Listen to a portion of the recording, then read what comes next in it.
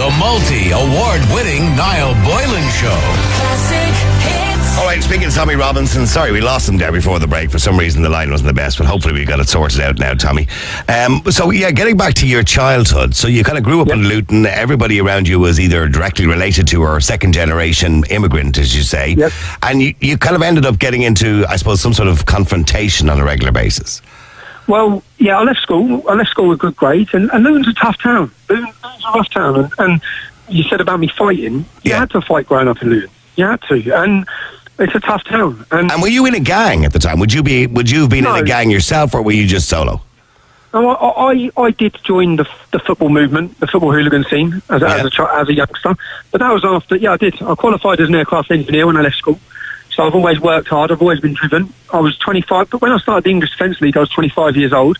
I bought 7 properties. I had 2 successful businesses, and my life. But you already at that stage had a couple of criminal convictions, including, of course, football-related violence as well. No. When I started the English Defence League, I had one criminal conviction, and that was when I was 21 years old. Yeah. So by the time I got to 25, when I started the English Defence League, I then had my first child. And I had 2 successful businesses, and life was going in the right direction. But I mean, here's what I'm trying to understand, Tommy. Here you are, you've good qualifications, a good career ahead of you. You're doing well financially as a young man at 25. Why bother getting involved with that? I mean, was it just a passion you had? Was it just you were so patriotic about the whole thing? I mean, why did you want to get involved? Because I'd seen so much injustice. I'd seen so many wrongs, and no one would talk about it. So, and growing up in that town, we saw a 2-tier policing system. And then once I've had children, and I think deeply about these things, I think I've got 3 children now, and I'm looking at, and Luton's like a blueprint for the rest of the UK. Islamic immigration has destroyed my town. It's destroyed it. Okay, and that doesn't mean every Muslim, because some of the best people I met growing up in Luton are Muslim. Yeah, but there's a problem that comes within that community of extremism, of radicalisation, of prostitution of our daughters. My cousin was a victim of sexual grooming gangs, the gangs that everyone now knows about. My cousin was gang raped by them, and the police refused to do anything. And I've watched all these things growing up, and the final straw for me was 2009 when the returning soldiers who had been trained in the Afghan army were spat at and abused. And it wasn't really that they were spat at and abused for me, because we know what that group of Muslims who've done it think. It was the fact that they were allowed and accommodated and actually brought through our town hall. I watched as a group of jihadis will walk through my town hall in order to stand in front of our soldiers and spit in their faces. And I just thought, that system there, I've proved it over the years. If I want to protest over something to do with the Islamic community, I won't even be allowed in it, into their area, let alone outside their mosques, let alone in their faces. So basically, at that point, the Muslim community had never heard the word no. They'd just not heard the word no for anything. And we see and we witness a 2-tier policing system where we see racist attacks and religious attacks on our community. And when I say our community, I don't mean white community, I mean non-Muslim community. I mean, but I noticed in that, okay, you clearly said not all Muslims, some of the best people in the town were Muslims. But yet in the UK, when we hear on the news and when you're spoken to or you're interviewed, and you don't get too many interviews in mainstream for obvious reasons now, but we hear, Tommy Robinson, the Islamophobe. Tommy Robinson hates Muslims. Tommy Robinson is against all Muslims. But yet you clearly did say there that some of the Muslims in the town were the best people in the town. So why do you think you're getting this reputation? Is it the way that you're saying it? Because I interviewed you, Tommy, I don't know whether you remember it, going back about 7 years ago, I think we had you on the air. I think at the time you were still in the EDL, and I remember you were on the air with us, and the world has changed so much in that 7 years that now you, as well as I know, you have to be a lot more careful what you say, because I suppose maybe diversity has come a lot more to the Western society, so there's a lot more people in different cultures in Western society than there was 7 years ago, and people get upset. So my rhetoric has never changed. So what I'm saying now is what I said before. So I basically, when I led the English Defence League, when Lee Rigby was beheaded on our streets, in my first speech to 10,000 supporters, I stood up and I said there are 800 Muslims serving in the British Armed Forces. They're doing a lot more for this country than I am. Okay? If you spare a Muslim woman, you're an absolute scumbag. If you attack a mosque, you're a moron. Yeah? I have always used my platform to talk and separate Muslims from Islam. The ideology of Islam, I talk about. I believe the ideology is what brings the community back. But is that not what? But Muslims, if you're saying, you know, that Muslims are good people, and the majority of Muslims are good people, and it's only militant Islam that you're against, but when you condemn Islam, that's their belief. And they don't like what you're saying, because no more than a Christian would have a go at you over if you were slagging the Bible. No, but everyone's allowed to slag the Bible. Come on, everyone's allowed to mock Jesus. Well, I do on a regular basis, yeah. The newspaper, everyone's allowed to. No one beheads anyone. No one wants to blow anyone up. But you're not allowed to talk about Islam. You're not allowed to. Islam is given special protection from criticism. And what I'm saying is most of the problems we see in our country, most of the problems we see across Europe, across the world, are because of Islamic scripture.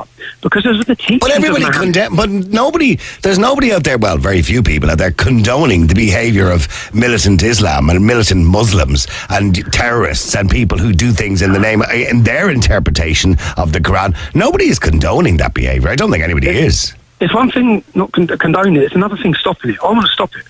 But you can't, Tommy, and I don't think anybody can, because clearly these individuals are not just Muslims, they're nutcases. We can limit it. We've had 500 returning jihadis. 500. Bedfordshire Police, I was supposed to be in London, and then Bedfordshire Police called me, come down to see me. I was in the gym for an emergency meeting. They said, you cannot go on Friday. Where you're going. I said, why not? They said the map coordinates of where you're going to be have been intercepted from a jihadi from Birmingham who was out in Syria in a message he sent. And I said, I don't care. Yeah? That's not my problem. I don't care, because I'm not changing my life. And then the police officer said, there's 500 have returned. 500 ISIS fighters have returned. Well, I didn't let them return. And if I was in power, none of them would have returned. Not one of them would have returned.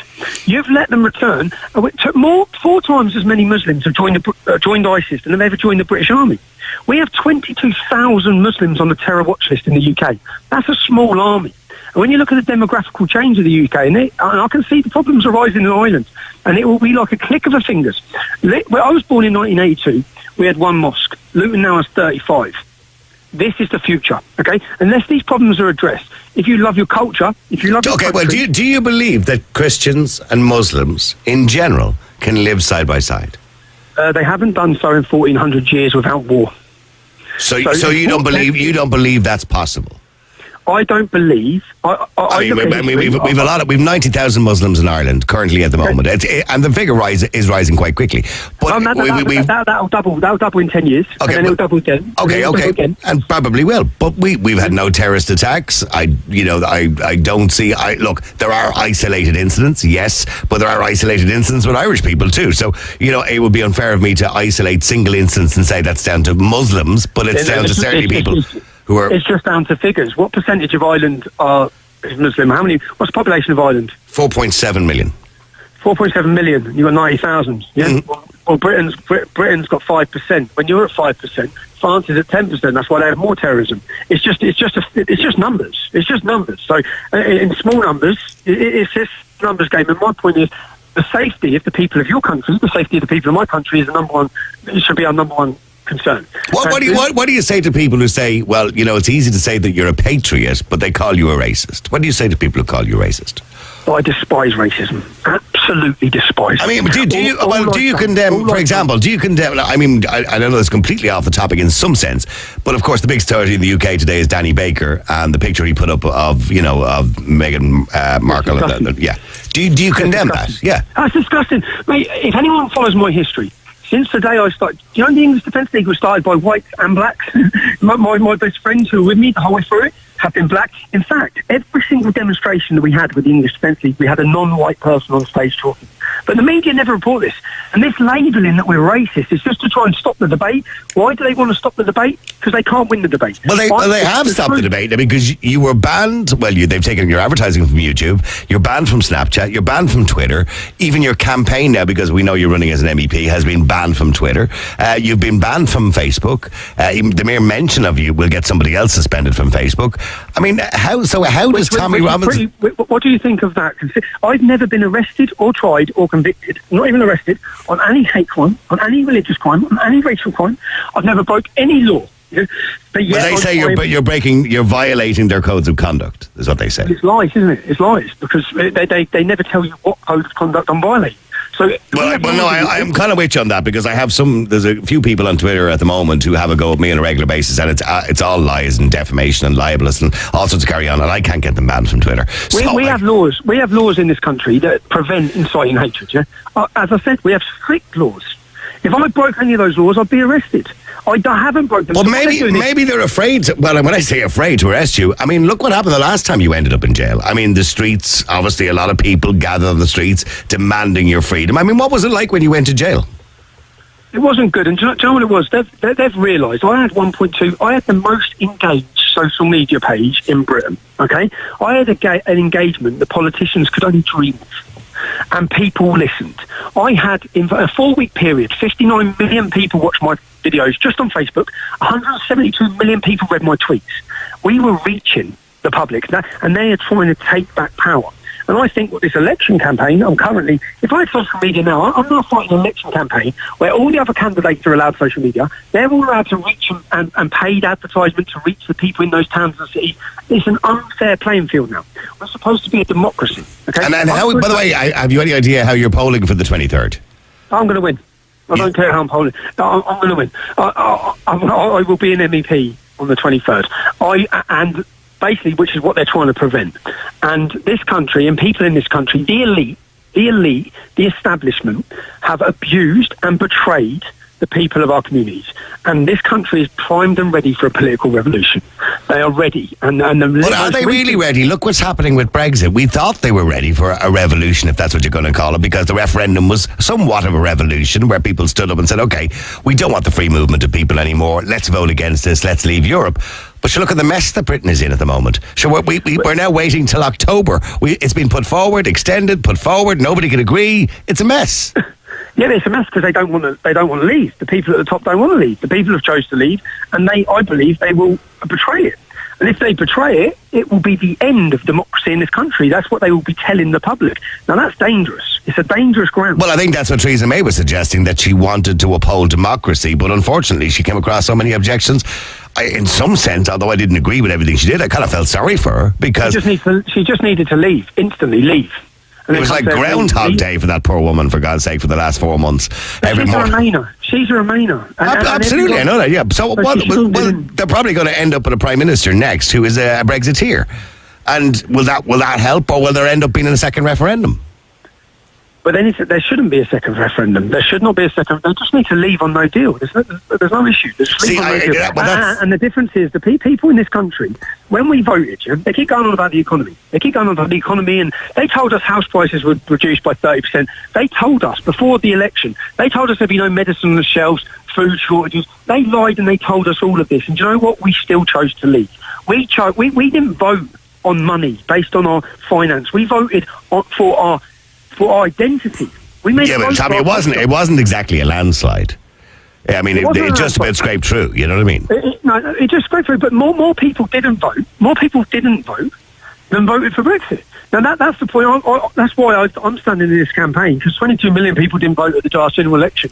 I'm telling you, those people are. The suggestion was that the people who voted no, well, a vast amount of the people who voted to leave in the referendum would have been people of an older generation, and the younger people, possibly around London, etc., who voted to stay, obviously were thinking of their future.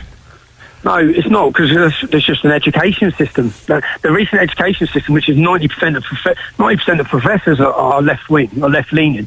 And this whole indoctrination of people in the politically correct society we have, and a generation of absolute snowflakes who are scared to debate anything or have criticism, which is where we're currently at. Do you think young people, 18 to 27-year-olds, so to speak, the kind of college students now, are they all looking for a safe space? The middle-class ones are. Yeah, are they afraid? Are they afraid to debate? With debate, I want more debate. The reason why I want more debate is because on the issue I talk about, it's 100% factual in its truth. Islam is not peaceful. It's not a religion of peace. It never has been. It never will be. Well, they'll argue it is. Many Muslims. Now, by the way, most Muslims that I know are peaceful people. But Muhammad wasn't peaceful. I didn't meet Muhammad. I don't know him. Well, but I can only tell you the Muslims I meet.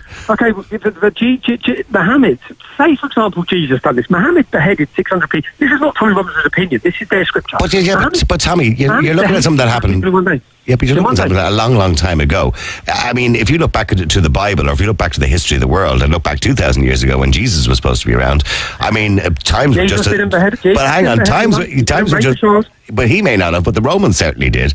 Times weren't quite the same. We don't have 4 million people in the UK who wish to emulate the Romans. We have 4 million Muslims in the UK who think Muhammad was perfect. And until we start saying, hold on, guys, he wasn't perfect. He was a barbarian, okay? He was a warlord, he was a rapist, and that's your interpretation, but their interpretation is different. And not everybody's interpretation of the Quran is the same as yours. That's not an interpretation. But I can interpret the Bible. You look at the southern states of America, and you look at some of the Baptist churches around there, and how serious they take the Bible and how literal they take the Bible. Some of those people are crazy and dangerous because of their interpretation of the Bible. Are they beheading anyone? Not at the moment, but they did during the Crusades. During the Crusades, man, come on. There were 9 Crusades. There's been about 200 jihadi battles. And Crusades are simply taking back the land that had been pillaged and taken from Christians from a Muslim invading army. But see, Tommy, I'm all in favour of free speech. And you know, I'm kind of happy for you to talk about whatever you want to talk about on the air tonight. And, you know, and obviously one or two of those points I'll challenge you on, because that's probably my job. But the thing about it is, when people hear stories, say, about you know, going up to journalists' houses in the middle of the night and, you know, putting journalists' addresses on Facebook, if you're doing a Facebook Live, or doing some of that sort of stuff. I mean, is that fair? Do you think that's fair? Yeah, let me explain that. So I was out of the country, and a lawyer, the lawyer that's acted, a Muslim lawyer who acts for every jihadi, he's trying to bring Shameen and Begum back. He is the lawyer who represented Michael Adebolaja, who murdered Lee Rigby. So he works for all of the jihadi lawyers. That lawyer handed my children's address. He videoed it. He handed my children's address to a man, okay, with red hair. This is what happened. He handed their address. That man with red hair then come with a camera and live stream where my children are. He live streamed their addresses. He didn't just live stream, he made videos saying, Tommy, I'm coming to see your children. And he made it so clear. He spoke about lighting my house up. He spoke about my wife being raped. This is a man that was given my address, and he'd done it all on video. And then Mike Stutsbury, who acts as a journalist, he's not he's an opinionated far-left activist who's part of Antifa, okay? He worked with him to send them to my home. Now, my wife and children were terrified. Now, simply, I was out of the country. So why didn't you just go to the police? Mate, if you've watched my campaign trail so far, I've been violently attacked 3 times in front of the police. They've arrested no one. They actually dropped one of the gentlemen off at the train station after he attacked me. I've had death threats every day for the last 10 years.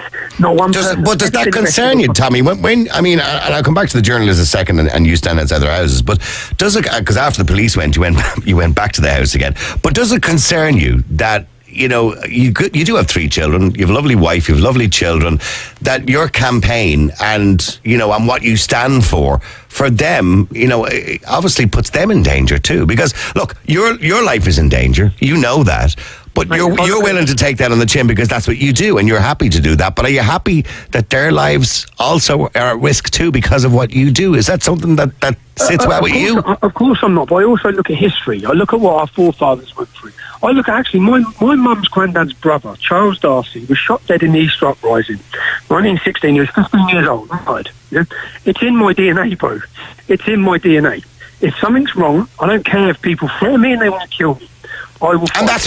And that's grand, and I accept that, Tommy. And by the way, I applaud you for that. Whether I agree with you or whether I don't agree with you, I do applaud you for the fact that you're willing to stand up and say what you think. All right, but the point is, you know, it's not just you. It's your wife and kids as well. You see what's going to happen. If you see what's going to happen, if we're not successful in preventing what's going to happen, this isn't about my wife and kids. This is about a generation of children growing up in Britain who are actually going to end up in a war zone. Don't stop it. So that's truthfully how I feel. So this is bigger than my 3 children, who I dearly love. It's bigger than me. And if we sit by, and we don't get like cowards because we're scared of what might happen. Children who were 14 were pretending they were 16 to run into battle and fight the Nazis with a life expectancy of 60 seconds when they run on those beaches. They weren't cowards. I know we've bred a generation of cowards who care only about themselves. But if I only cared about myself, yeah, I'd moved out of Luton with a nice house and stuck my head down and just kept quiet and then moaned and sat on TV like most people. But that's not who we were. That's not who we are. So I want to wake up this country and say, we look around and no one can say terrorism's going up 60% every year. No one can say that our country's getting better. Our freedoms are disappearing. Okay, our country and our communities are coming under attack, and it's about. Okay, but do you not believe at this stage that the horse is, if indeed the concern is true, that the horse has bolted? That there's nothing really you can do? You've got 1.8 million people have come across the Mediterranean possibly in the last 4 or 5 years. The majority of those will be able to claim citizenship very soon, be it in Germany or whatever country they happen to be in. When they do that, they will have free movement across Europe. If Britain doesn't leave the EU, well, they're heading for Britain and Ireland and everywhere else. So, I mean, is it not too late, Tommy? Are you fighting a lost cause? It's never too late. I've had this. It's never too late, and a lot of people would have felt that in the war against the Germans. Is it too late? It's never too late. Never too late to protect our country. I want a prosperous, safe and prosperous Britain for my children. Yeah. But do you want a prosperous, safe Britain with just indigenous people? No, I don't. No. I just don't want 22,000 Muslims on a terror watch list walking around our country, who are half of them are on dual nationality, and half of them can be deported. Well, do me a favour, Tommy, and I know you're happy to stay with us just for a few minutes, okay? I was speaking to Tommy Robinson, and most of you know who Tommy is at this stage, and he is running, by the way, for election on the 23rd. What I want to do is just take 1 or 2 calls if I can, because David, you're on Classic Hits. How you doing, David? Good evening, Niall. Haven't spoken to you in a while. How you doing? Nice to talk to you, David. It's been a while, yes. What do you want to say? Oh, well, I just want to, again, there was a lot of stuff that you had already said. Like, Tommy Robinson, who was the guy, the guy I look up to as just someone who had it all. I mean, he had a fairly comfortable life, and that he didn't like what he was seeing and decided to do something about that. And I think that the big problem is, though, that he's sort of I don't want to use the term problem, but it's the only word I can think of at the moment. It's a secondary problem. That the primary problem that they're not addressing is the grooming gangs and the 52% of British Muslims who want being gay to be made illegal. And when Tommy speaks out about that, then they go after him as opposed to everyone else. So they're going after Tommy instead of going after the problem, is what you're saying? Yeah. All right, so they're not dealing with the problem. Exactly. Okay, Tommy, are you there? Yeah, 66% of British Muslims said they would not report on a fellow Muslim who was joining ISIS. 66%. We're no longer talking about a minority. We're talking about 2 billion people living in our country. We're talking about danger. We're talking about real problems. And that's what they should be focused on. The hatred and the vile and the venom that's coming out of some members of that community. And I'm sorry, it's simply a numbers game. See the problems in Britain? They're coming to Ireland. So get yourself ready. I mean, if a text here and somebody says, Niall, look, it's simple black and white, to be honest with you. Tommy has been banned from social media. He's banned from mainstream media. You won't really see Tommy on the BBC or ITV. He's on Classic Hits tonight, but then again, Niall, you are quite right-wing anyway. It's quite obvious the reason he's been banned from all these places is because he's not saying the right thing. Yeah, and I even think you were wrong, Niall, in saying that they're afraid to do anything about him, because they threw him into jail on some very trumped-up charges, like putting him in a maximum security prison for filling out a mortgage form wrong. When generally with those things, Tommy, you go to an open prison, don't you, in those instances? Yeah, I mean, I know obviously the last time. Tommy, you have another court case on the way as well, haven't you? It's for the same thing that they put me in prison for the same contempt of court, which is, I didn't take the law, around publicly held information. But the suggestion was there was sub judice on the case at the time. No, but that doesn't matter, because the law says there's no powers to put restrictions on information that's already in the public. But reporting, when you say reporting restrictions, for example, if we have a case ongoing in the courts here, we can talk about the facts of the case, but we can't have an opinion on it until the case is over. But I didn't. I said these men are innocent until proven guilty. That's what I said. I made clear of that. I just said the crimes have been alleged, and I said alleged to have committed. What this is about is silencing and stopping the public being aware of what's going on with the rape of girls in our country. These reporting restrictions are on every single Muslim grooming trial. So instead of getting the detailed news of what they've done to the victims, we get 1 day's news at the end of a 6-week trial. That's basically what's happening. Yeah, well, hold on a second, because Sean, you're on Classic Hits. How you doing, Sean? Hey, how's it going on? Yeah, you can speak to Tommy Robinson there if you want to. You don't agree with him? Well, I to tell you the truth, I don't know too much about him other than what I've been feverishly reading in the past hour or so online. Just from what I'm skimming here, though, I have to wonder, though, do you think that maybe perhaps the pursuit of your political platform might be somewhat impeded by your criminal activities, or whether you're, you feel they're warranted or not? I mean, don't you think perhaps, even, I'm not even going to get into your beliefs, but I'm just saying, even if what you believe in, don't you think you could be a better spokesperson if you avoided things like, for example, going to that journalist's house or posting posting the video about that refugee kid who, you and the thing about the rape hotline a couple months ago, getting, don't you think there's a little handbag on you, right? Well, I think the point Sean is saying is that maybe you wouldn't be seen in such a bad light if you didn't do those things. There. That's it, put it. Yeah. Tommy, you still there? I'm still there, mate, yeah. So, when he says, there could be someone that would have been better to have this voice, but unfortunately, most people, when they get threatened with death or they get violently attacked, there's 6 people who are in jail they're on their way to kill me with guns and bombs. Yeah, most people were revolted. Now, it's my background and my. I get that, but I look at other political leaders like Gandhi or Dr. King. They got death threats as well. They didn't resort to doing what you've been accused of doing. Wouldn't they? What have I been accused of doing? Tell me one thing. When you talk about that journalist, as I've just told you, he sent people. I had Osman. I had a British government told my wife just in a number of months that people are planning to throw acid in her face, and then a journalist comes to my house and live streams where my children live, and they know what they're doing. I heard you say that. Yeah, I heard that. I understand that. All I done was went to his house and opened his door on my own. I didn't. When they come to my house, there were 6 of them. I went on my own. But none of the media or none of the politicians talk about what they've just done to my children. They've endangered their lives. I've had to up my children and move them to a different again. Yeah, but the politicians and the media in the UK will say that there's other people haven't endangered your children's lives or your wife's life. It's you. That's what they'll say. No, but again, I don't agree with your and I don't agree with it either. I don't agree with anybody threatening your life or threatening their lives. I don't agree with it. Who's planning to kill Muslim kids in our country or Muslim women do you think about to be relocated? Planning? How many? None at all. We're not. So the reality is, my wife, when she was 6 months pregnant, they told us the first they stood on top. They said people are planning to kill you and targeting you. And I asked the police officer then, how many Muslim women are being told this? None. And there'd be uproar if there were. We'd be hearing about the hate crime and the hate. The biggest hate ever hear about is words on Twitter. I don't have words, man. I'm violently beaten.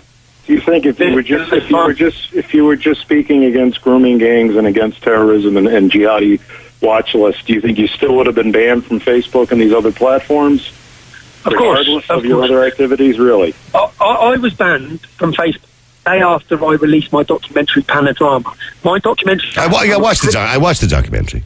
Proved categorically that the BBC, that's supposed to be independent, were working alongside far left hate groups to frame me for sexual abuse. Basically, it proved it. It proved, and they were laughing about it on undercover footage.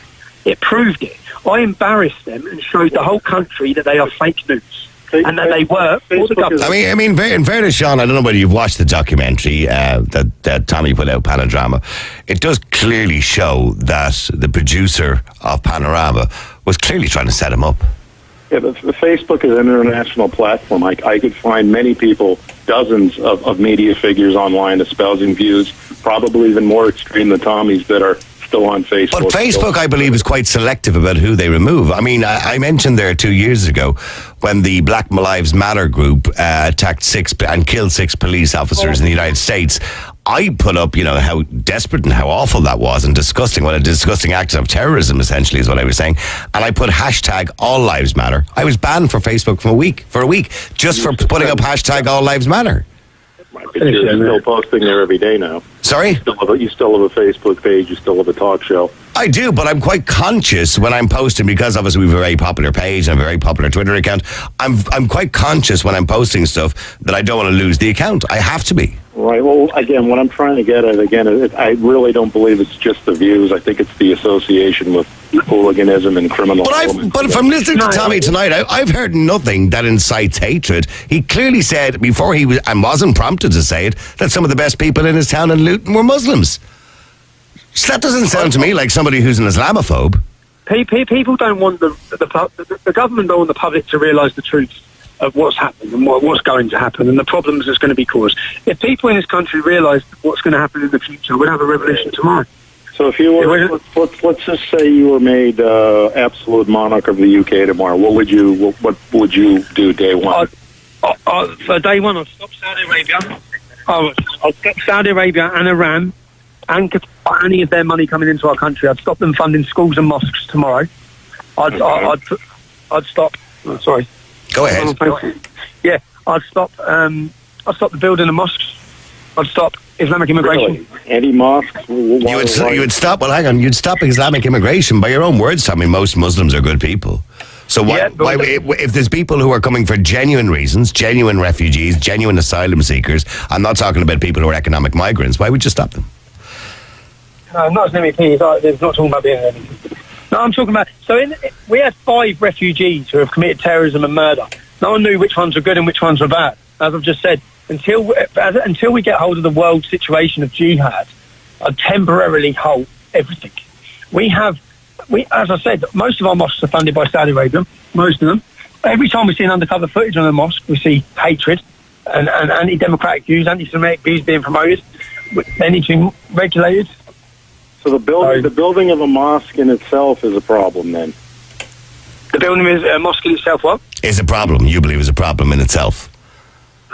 I believe that currently, until they can get grip of the situation, yeah. 90% of imams in this country don't speak English. 90% of the imams in our country don't speak English. You have a tribalistic imam from Afghanistan. He could be in the mountains of Afghanistan yesterday, and then he's talking in a mosque in Luton tomorrow. And that's where we're getting the problems. Okay, well, stay there a second, because Lisa, you're a classic guest. Lisa, you're a fan of Tommy Robinson. I am an absolute fan. Is Tommy Robinson still online? He is, yes. Hi, Tommy. I just want to say that you've got huge support from a network in Ireland, that I'm administrator of TR News on Telegram, and we are just so proud of you for your freedom of speech, for the work that you and Dan O'Tomo are doing. And when are you coming to Dublin? When I'm coming to Dublin? Once I'm an MEP, I'll be coming over. Well, I hope to God you get voted in, and I hope you keep up the work. Myself and my family are fanatical fans of you, and as I said, TR News with Chris Mitchell is doing amazing work for you, supporting you, and I really, really hope that we get the chance to see you in Dublin, or if not, I'll be coming over to where you are next. Lisa, Lisa, just while you're on the line, what do you think of the condemnation of Tommy, his banning from social media, spokespeople who say that he's an Islamophobe and a racist? How does that make you feel? Do you think there's any essence of truth in any of that at all? There is no essence of truth. Tommy is an amazing, hard-working family man. He is fanatical in what he believes in. There's not a racist bone in his body. And I think if more people had the courage that he has at the moment for freedom of speech, the world would be a better place. All right, well, listen, Tommy, before we let you go, because I know you're very distracted there, because there seems to be a lot of people around you, and I know you're obviously busy. You're walking down the street as far as now. Are you walking down the street or something? I'm sat opposite an Arab friend and a Pakistani friend, actually, in the back of my car. All right, okay. But I've been out campaigning all day, so I'm just going into a restaurant now because I haven't eaten yet. All right, okay. But Tommy, so you are coming to Dublin at some point. Have you had any problems, by the way, in relation to venues where you wanted to speak? Have any venues stopped you from speaking? Oh, every time we get a venue, then pressure and fascist tactics are used, threats are used to intimidate the owners, to make them cancel, which is why I have arriving after my election campaign on 23rd of May. I have a double-decker bus where one whole side of it is a TV screen, so I can go on my own tour. And I will be touring different towns and cities, telling them, do you know what I'm going to do? I was already looking at Ireland. I'm going to make a mini documentary about Ireland and the problems in Ireland. But on that note, because you said you obviously support the Brexit, you believe there's going to be a no-deal Brexit, which is a possibility. If we have a no-deal Brexit, Europe will probably impose a hard border in Northern Ireland, which will encourage a referendum on a united Ireland. How do you feel about a united Ireland? I don't believe they will. I don't believe they will impose a hard border. Well, we won't have a choice. Europe will impose it. I don't believe they will. So, I'm not as confident as you, Tommy. If there's no deal, I'm not as confident as you that there won't be. Well, yeah. I mean, because if we go by what you want to Brexit for, which is to stop the free movement of people, sure, what's the point if you've got a leaking bucket essentially up there in Uri? I'm sorry. I'm walking into a restaurant now. I've got 6 people standing with me. All right, well, look, Tommy, I'll let you go, all right, because I know you're quite busy, all right? I appreciate you coming on the air and taking a bit of time. I know you're at a busy campaign at the moment. Tommy, thanks very much indeed. There you go. Unfortunately, I would have liked to get him a better opportunity, but unfortunately, he's campaigning on the campaign trail at the moment, and he's got a lot of people around him, And as you heard, as everywhere he was walking there, people were saying hello to him, so it was quite distracting for him, I think.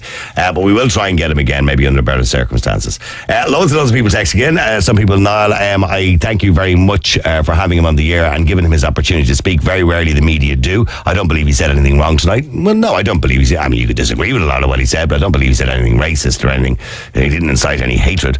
I think your brace for having Tommy on it's a subject that opens a major can of worms, and it's easy to have a go at him for his views. But once the views are out there, you realise it's the Muslim community that have the explaining to do and not him. They make no effort to denounce their own kind. Free speech is under attack. Well, I would agree with you in some sense. Yes, I believe the Muslim community should be very quick to condemn other Muslims who, do wrong. Absolutely. Unfortunately, a lot of the time they don't. But I believe, I want to just reiterate it again, the majority of Muslims are not terrorists. They're peaceful people. Now, does this man realise how much weaponry the UK sells to despotic regimes all over the world? Countries like Saudi Arabia, etc. That comes in from June in Kildare. And another person says, "Now, well done for having Tommy Robinson on the air." Another person says, "Now, great interview. Tommy is a legend." Now, it's the first interview I've ever heard Tommy Robinson actually be given an opportunity to speak. It's an awful shame we couldn't get him earlier on the show. Yeah, it is an awful shame. Falcha Road, Tommy. The real Ireland loves you. That comes in from Sean in Galway. And somebody else says, "Niall, why are you giving airtime to a hate monger?" Right, okay. I didn't hear any hate. I heard a man with a view that I might not agree with, but there you go.